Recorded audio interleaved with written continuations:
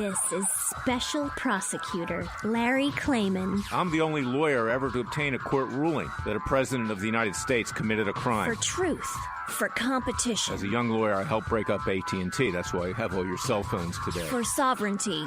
For the Republic. I'm the guy who at Judicial Watch, which I founded, uncovered the Chinagate scandal. Millions of dollars going to the Clinton campaign, corrupting our political system. For the privacy of citizens. And I'm the only guy to have enjoined the National Security Agency from mass surveillance on hundreds of millions of Americans. Tearing it up. I'm the son of meatpackers in Philadelphia, Pennsylvania. I know how to slice and dice. Bringing it back. We're going to take this country apart and put it back together again in the way envisioned by our founding fathers. It's not just talk. We're not just regurgitating news stories. Larry Klayman, special prosecutor, is making the news. And now, here's Larry. Welcome to this week's edition of Special Prosecutor with Larry Klayman.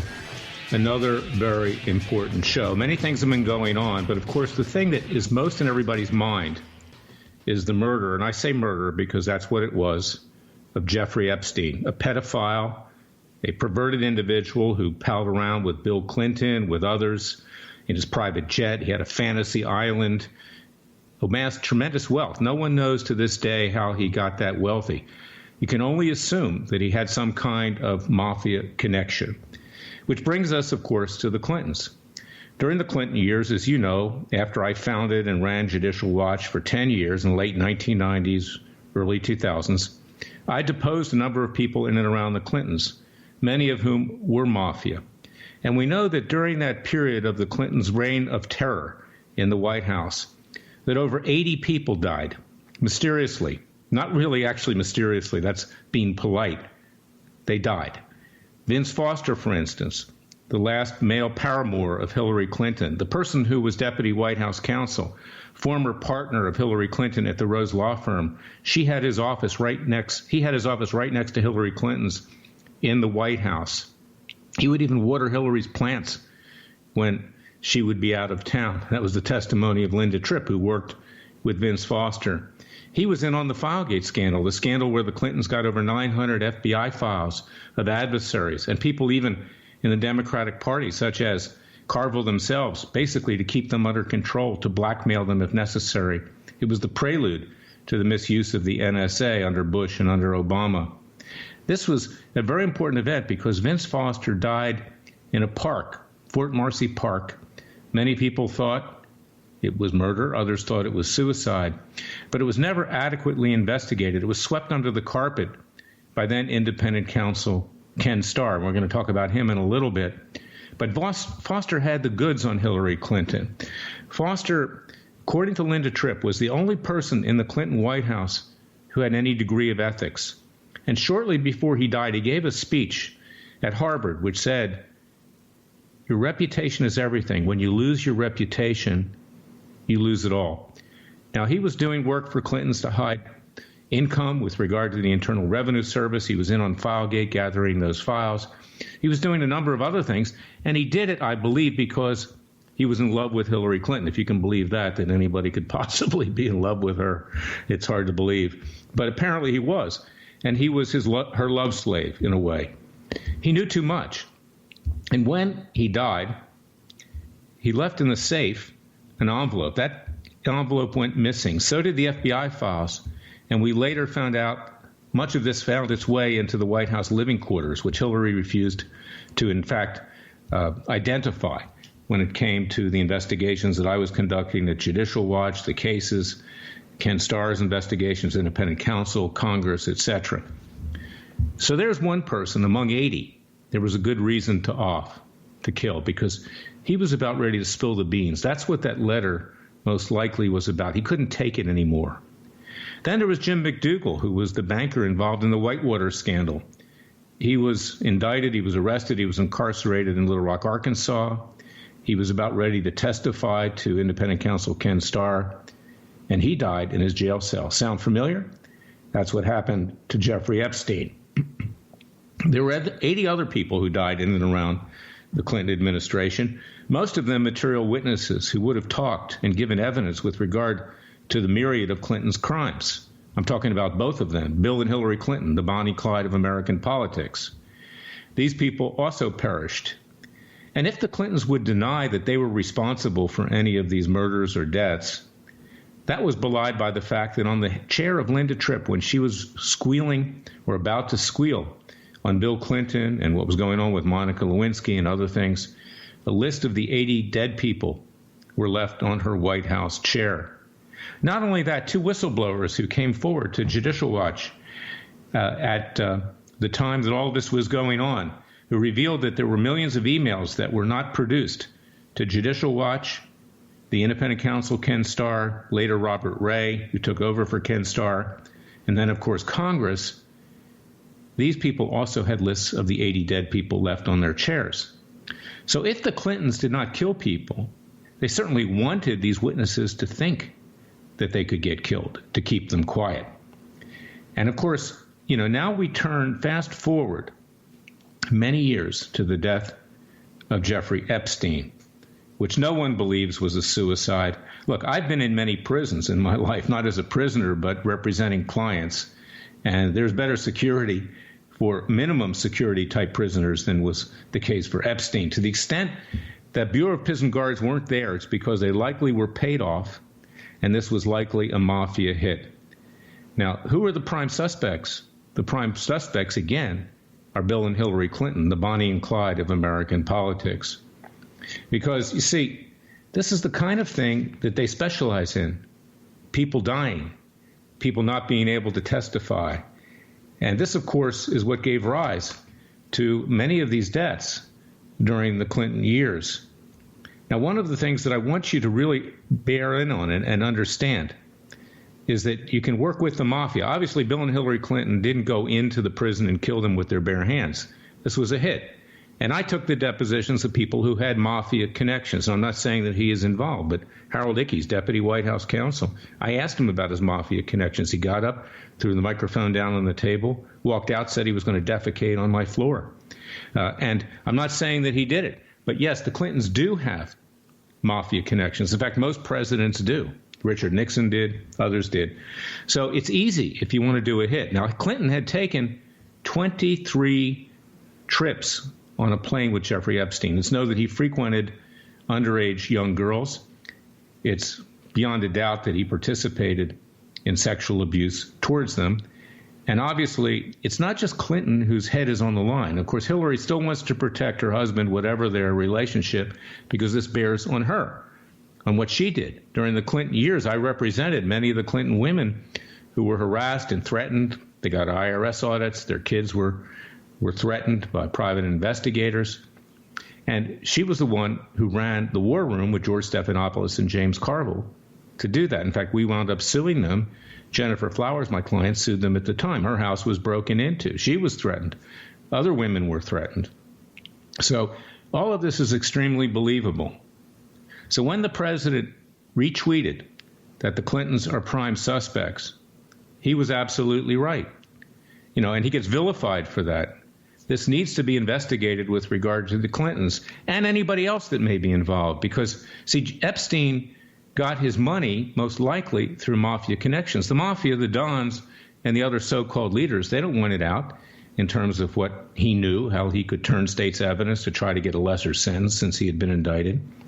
And, of course, we have others weighing in on this scandal now, too. We have Ken Starr, ironically, who took a dive on the Vince Foster death, someone who lost his job as president of Baylor University because he covered up a sexual scandal there. The other day, in an interview with Newsmax, he said, in fact, his law firm had helped negotiate the sweetheart plea deal of Jeffrey Epstein in the Southern District of Florida, and that the victims' rights were protected. Well, they weren't protected. And then Ken Starr, believe it or not, says that he thinks that Jeffrey Epstein may have been murdered. At least he was honest in that respect. But you see, this is what we've got in Washington, D.C. We've got people like Ken Starr, part of the establishment, who took a dive with Clinton, never took him out through impeachment or through indicting him at the time, someone who apologized to the Clintons after the fact. And he's part of this club. He calls Attorney General Bill Barr Bill. He calls James Comey Jim. This is the club. And, of course, then we have Bill Barr, who, after Epstein's death, assigns the Bureau of Prisons and the Inspector General to conduct an investigation. That's like asking the fox to investigate the hen house. The Bureau of Prisons is corrupt, and so is the Justice Department. We know that. And just a week or so ago, Attorney General Bill Barr took a dive. He decided that he wasn't going to indict Comey. He was giving that back as an offering to the Democrats because they've threatened to have him impeached and have him held in criminal contempt over the alleged obstruction of justice by President Trump, which they claim he covered up. This is Washington, and this is why you need a Freedom Watch. You need to donate to our cause, freedomwatchusa.org, because we have started an investigation into the Epstein murder. We're using Freedom of Information Act requests. We're using private investigators. We'll use whistleblowers who will come forward. Obviously, there's a great risk at this, and we need your strong financial support. Of course, no sooner than I announced this investigation, Tom Fitton, who's not a lawyer of Judicial Watch, announces that they're doing one too. You know, I have to laugh a little bit because they track me so much. I mean, it's like I'm being stalked and trolled all these years. Every time I have a hearing, just a few weeks ago when I was in court for Sheriff Joe Arpaio, there were two of Fitton's stooges sitting there in the back. One of them actually looks like Goofy, you know, in the Walt Disney movies, a kid I hired years ago. And, you know, love the one you're with, okay? Do whatever you're told. But these people are out there, and they track what Freedom Watch does and what I do, and I'm flattered by it. But we're the real deal. Fitton gets documents. Okay, good. Get documents. Hang them on the wall, like I said, with pictures of yourself in tight shirts. For whatever reason that you're advertising your physique on the Internet, you can ask him. But it's extremely strange. I don't bother doing that. I'd rather actually file hard-hitting cases, bring lawsuits in citizens' grand juries. So we're going to get to the bottom of this, and we're going to hold people accountable. We need your strong support. Go to freedomwatchusa.org. Read the column that I've written today, which will be up on WND.com and on freedomwatchusa.org. And please donate to our cause, tax-deductible contributions. We need it. We need to get bigger. I'll be right back with the second segment of Special Prosecutor with Larry Klayman.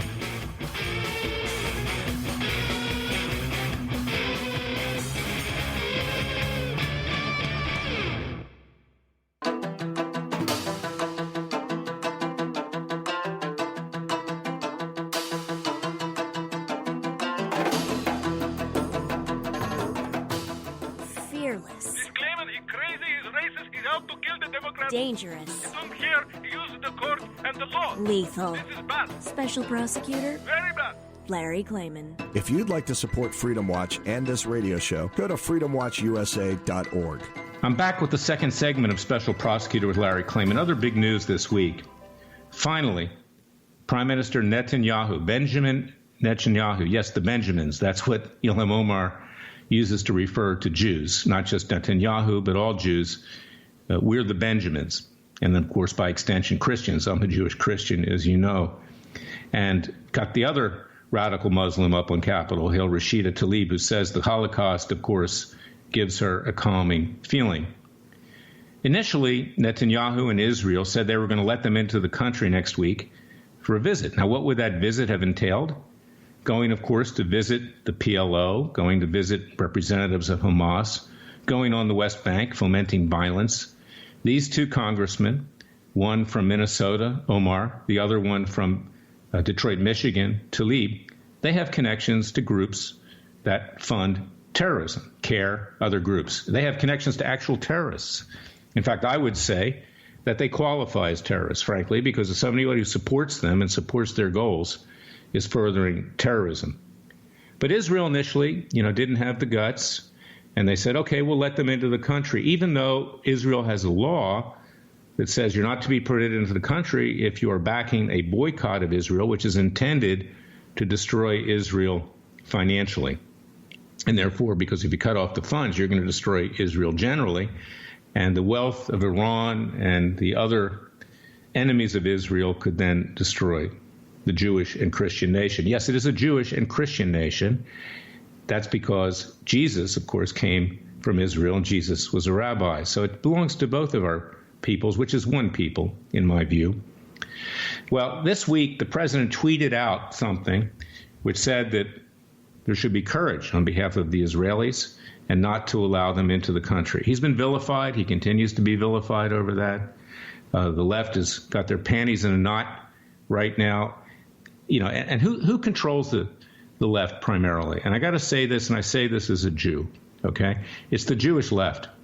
They're not just an embarrassment to the Jewish people. They're not just the people who invented communism through Marx and Trotsky and Saul Alinsky later on, in terms of American ultra-leftists. George Soros, somebody who sold out his own people with his father, confiscating the property of Jews on their ways to the gas chambers. But the Jewish left, not everybody, there are good people in the Jewish left, but there's a lot of them on the Jewish left who are the biggest threat to Israel and to Jews and Christians. And frankly, as someone with Jewish heritage, I can hold them accountable. I can say these things, just like valiant African Americans, like my client Demetric Penny can say that about Black Lives Matter and say that about the new Black Panther Party and Farrakhan and Sharpton and Jesse Jackson, Obama, and others. In fact, I brought a lawsuit for him this week in my private capacity against the Dallas Morning News. You can see that at LarryKlayman.com, my law firm's website. But the president did exactly the right thing. And, Netanyahu, people think is this tough guy. He's not a tough guy. Netanyahu, frankly, talks a good game, talks loud, but carries a very small stick. And it was the president that got him to do the right thing and to prevent these two terrorist supporters, Omar and Tlaib, from going to Israel. They have no business there. They would have incited violence. There would have been people dying. And it was exactly the right thing. Now, that comes to my client, Laura Loomer, who's had the courage to stand up to both of them. And in fact, has a lawsuit against Facebook, which I brought, which you can find at LarryKlayman.com. And also there's a case by Freedom Watch, which regard to antitrust violations for excluding her from various media networks, social media networks, along with yours truly and other conservatives, is that she had the courage to stand up to them and is continuing to stand up to them. And I want you to watch, not just what she's done in the past. You can go to her websites and see it. You can go to ours.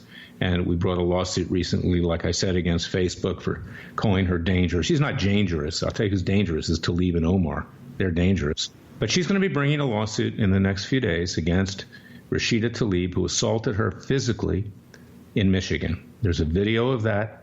And this is why you could not allow this vile human being, this radical Muslim, this person who literally hates and foams at the mouth, not just over Israel, but over Christians and Jews in general, along with Omar, who's now having an illicit affair with somebody who worked on her campaign, while at the same time being married to somebody else, and who knows what else she's married to. These people need to be held accountable. So I commend Israel, finally, for keeping these people out of their country, and I commend President Trump for doing the right thing and taking the heat. And that's what I love about President Trump. He does what's right. He knows that we don't have a legal system anymore that works. And he does what he can. I'm going to be right back with former Congressman Bob Barr and former U.S. Attorney Bob Barr to talk about various legal issues that are pending.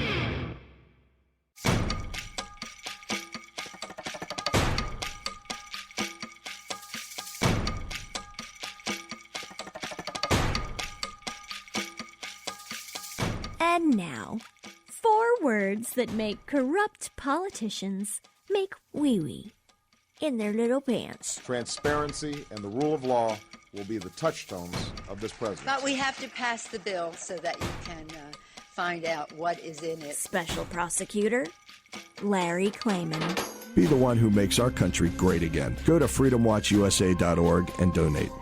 I'm back with my good friend, my colleague, an American patriot, Bob Barr, former congressman from Georgia, former U.S. Attorney for the Northern District of Georgia, someone I worked with. He did most of the heavy lifting, but I helped to impeach President Bill Clinton back in the 1990s. And, of course, he is an expert on the Justice Department. He was part of it like I was. And he's also a civil libertarian like yours truly, in addition to having conservative leanings and other types of predilections, okay, to say the least. I want to get his take because I talked about this last week about what I considered to be, and I'm usually very complimentary of the president, but he made a mistake here. I believe that he overreacted to the tragedies in Ohio and in Texas and proposed stricter gun control. I frankly think we need more guns and not less to protect ourselves from these maniacs. He proposed giving greater powers to the social media companies to spy on us and then to determine who's, in their view, mentally imbalanced or insane, and turning that over to the government.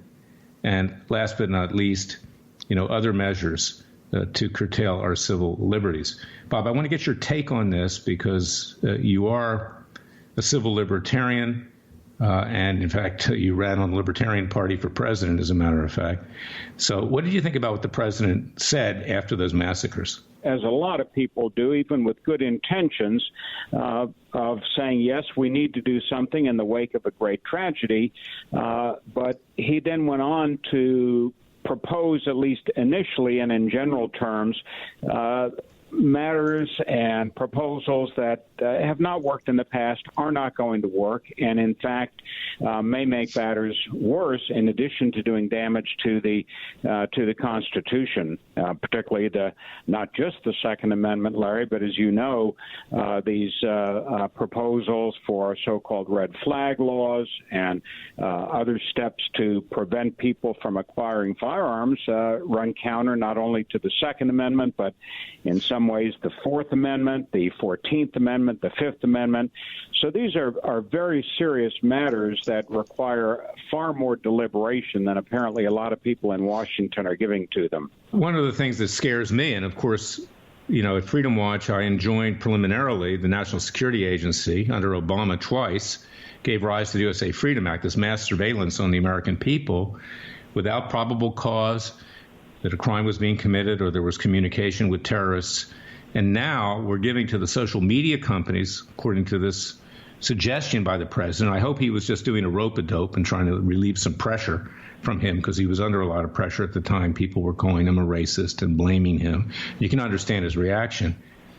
But that to me is scarier, because there's no control over these social media companies. They're run by ultra-leftists, and people like you and me could wind up on some list and put away for life, like in the Soviet Gulag, because we're not mentally stable, according to the leftists who run these social media companies. And, of course, people inside of government, the deep state, which still continues to be pro-Democrat, pro-leftist. So to me, it's just simply frightening, Bob. And the technology, I know, which the National Security Agency has and the CIA and the FBI, where did they get that technology? They got it from the same techies out in Silicon Valley that gave the same technology to the social media companies. I mean, look at your cell phone. They know where you are at every moment. Look at Uber. They can tell where you are within a few feet of where you're located.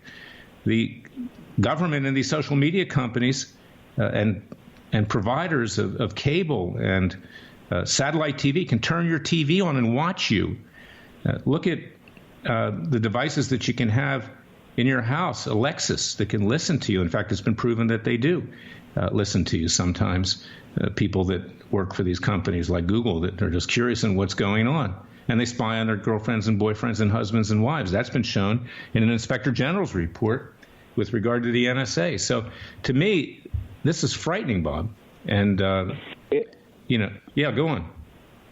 It's not only frightening because of the scenario, Larry, that you've laid out in terms of what goes on domestically here in the United States with the unholy alliance between these tech companies and government agencies, but these are the same tech companies that are working with entities overseas, such as the Chinese People's Army, the Chinese government, and so forth. We have Nancy Pelosi going off the rails and calling Mitch McConnell Moscow Mitch, which is outrageous in and of itself. But these Democrats in the Congress, they have this cozy relationship with these tech companies and social media companies that are in turn in bed with the very governments overseas that the Democrats are criticizing the Republicans for being too close to. You're right, Bob. By the way, if Mitch McConnell, who I generally don't like, is called Moscow Mitch, then what is Bernie Sanders? Moscow snitch? I mean, he was married in Moscow a long time ago. I'm sure he would have preferred to live there than here. But in any event, you're absolutely right. And let's shift a little bit the discussion topic, because we talked about this earlier in the week, how the Democrats are trying to pack the Supreme Court, which, of course, gives rise to the potential for a lot of rulings that will destroy our civil liberties and destroy our rights under the Bill of Rights in our Constitution. It's truly frightening, Larry. As a student of the Constitution and constitutional history, you're very familiar with the court packing proposal that President Franklin Roosevelt tried in the late 1930s. He wasn't getting the rulings that he wanted out of the Supreme Court, so he floated the idea very publicly to put additional justices on the Supreme Court for every justice that reached a certain age. I think it may have been 72, and who didn't retire. I mean, it sounds ridiculous on its face, but he was absolutely serious about this court packing proposal.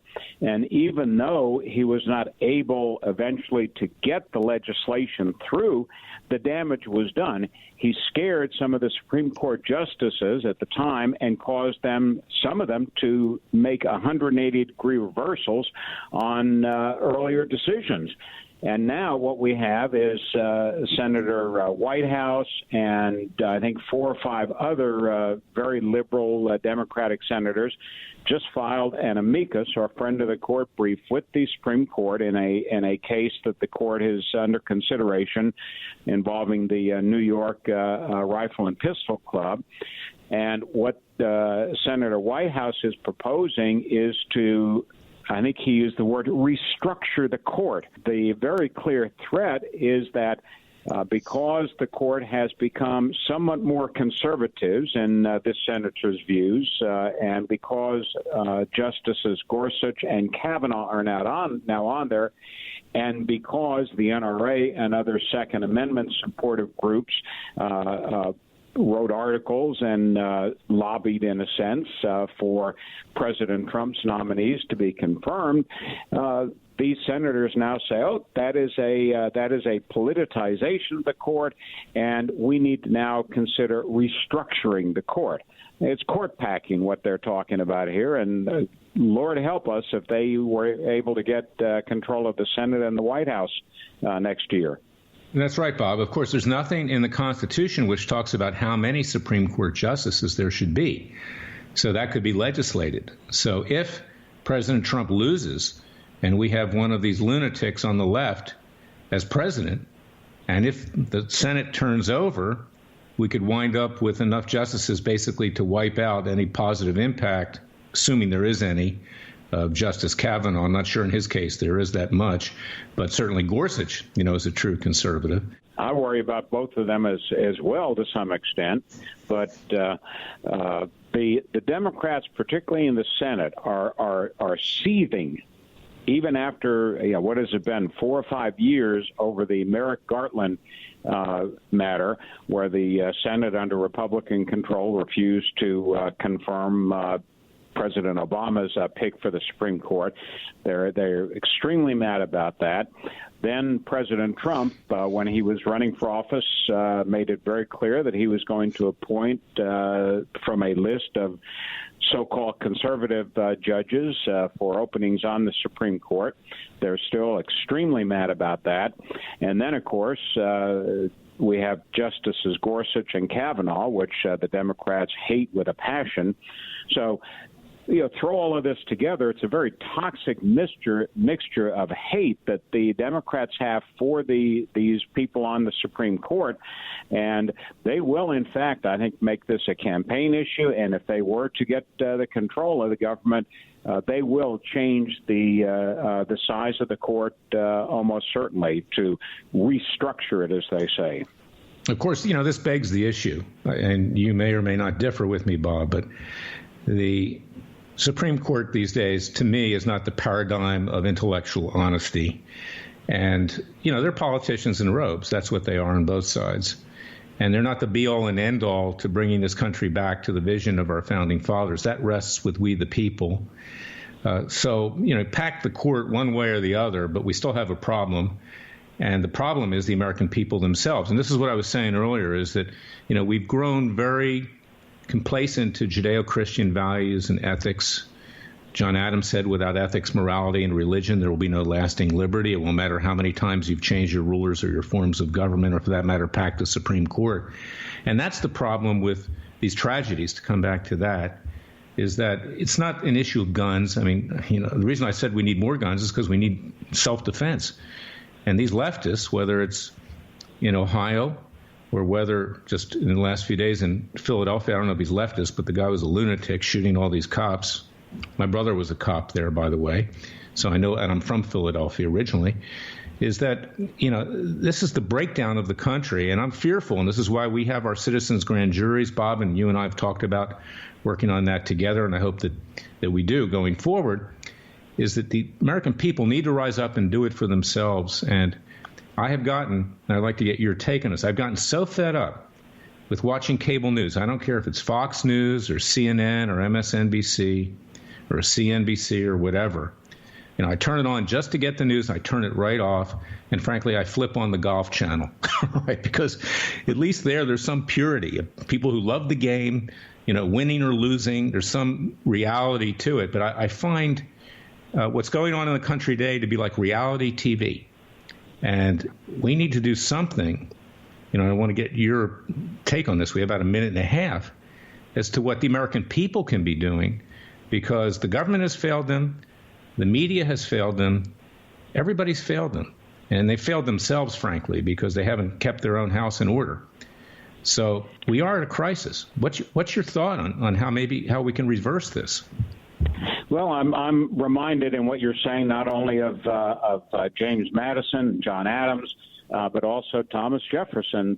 One of the pillars underpinning, or one of the foundational elements of a society and a civilization that would be protective of individual liberty, as our founders envisioned it, was and remains an educated citizenry.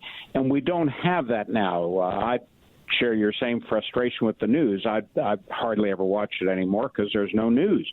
What we have to do is people have to recapture their history, teach it to their kids, teach it to their fellow citizens, and remember and understand what our country was founded to be, because it has gotten so far off track, Larry, that I have to sort of slap myself every morning to not be pessimistic, to retain a sense of optimism. It's getting more and more difficult, though.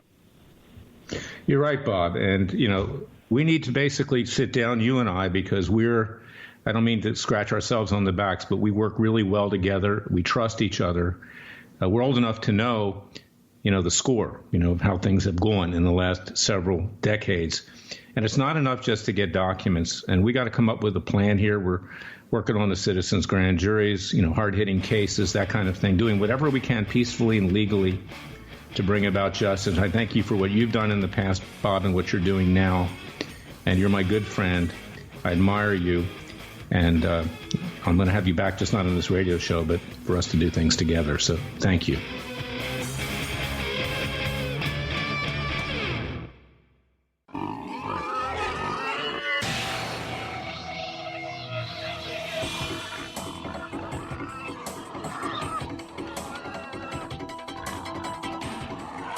Before he was a trial lawyer, he sliced him and diced him. People used to ask me, Larry, what caused you to start Judicial Watch and now Freedom Watch, given the powerful forces in this country that put you at risk? In a meat packing plant. I'm the son of meat packers in Philadelphia, Pennsylvania. I know how to slice and dice. A very special prosecutor, Larry Klayman.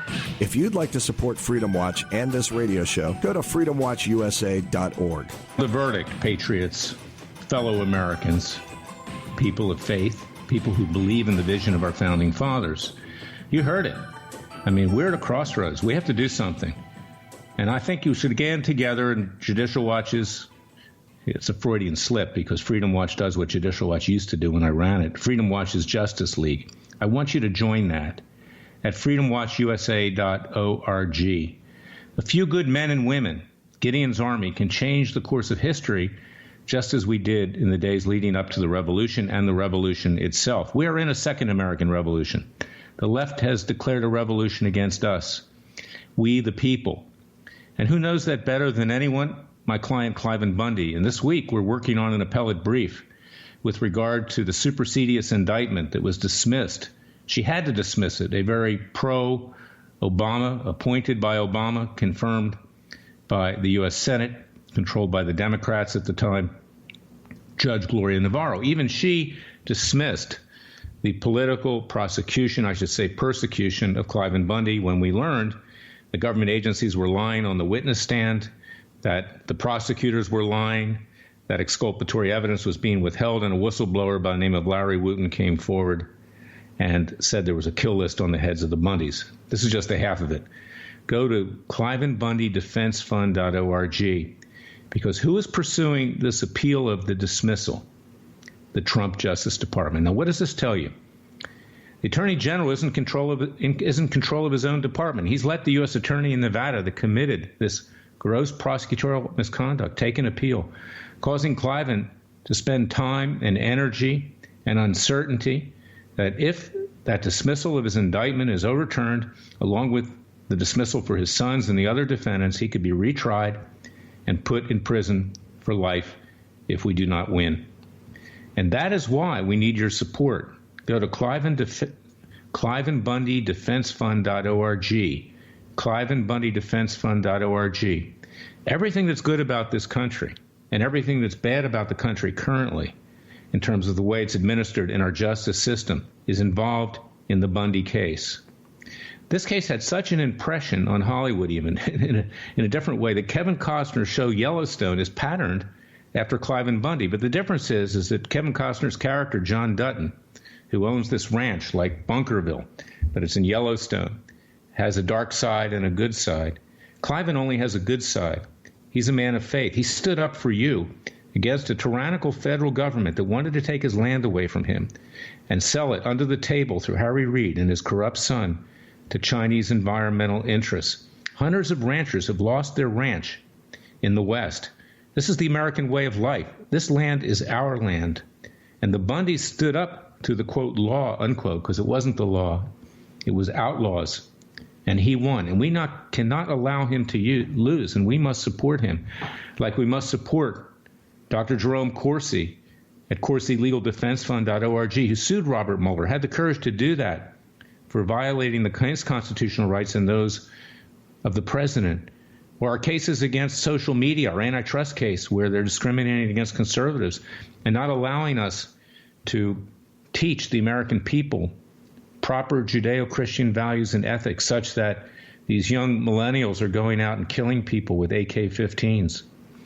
This is something that we need to really group together and fight. And like Bob, I get up every morning and I think what it is I can do, what it is that in my own way, with the grace of God, and God has come to me. Jesus came to me and said, Larry, you're working for me now. I don't know that I always do the right thing, but I seek his divine guidance. But I try to do the right thing, and I need your help to do it. So please go to freedomwatchusa.org, contribute to our cause, sign up to our Justice League, sign up for our various projects, go to ClivenBundyDefenseFund.org and contribute to his defense, because that's your defense. He's the last line of defense. It's Cliven's last stand, like Custer's last stand. But unlike Custer, we're going to win with your support. Or Corsi Legal Defense Fund, where he is taking on the powerful like Mueller. Attorney General Bill Barr won't do it. We saw the dive he took with regard to Comey. He's not going to proceed against Comey or anybody else that's part of the club. And this is why we, the people, need to do it for ourselves. I can't say that more and more and more. Share this radio show. Radio America allows me to say the truth. Get it out to your friends. So I'll be back next week with another edition of Special Prosecutor with Larry Klayman. Until then, God bless you, God bless your family, God bless America, and God save America.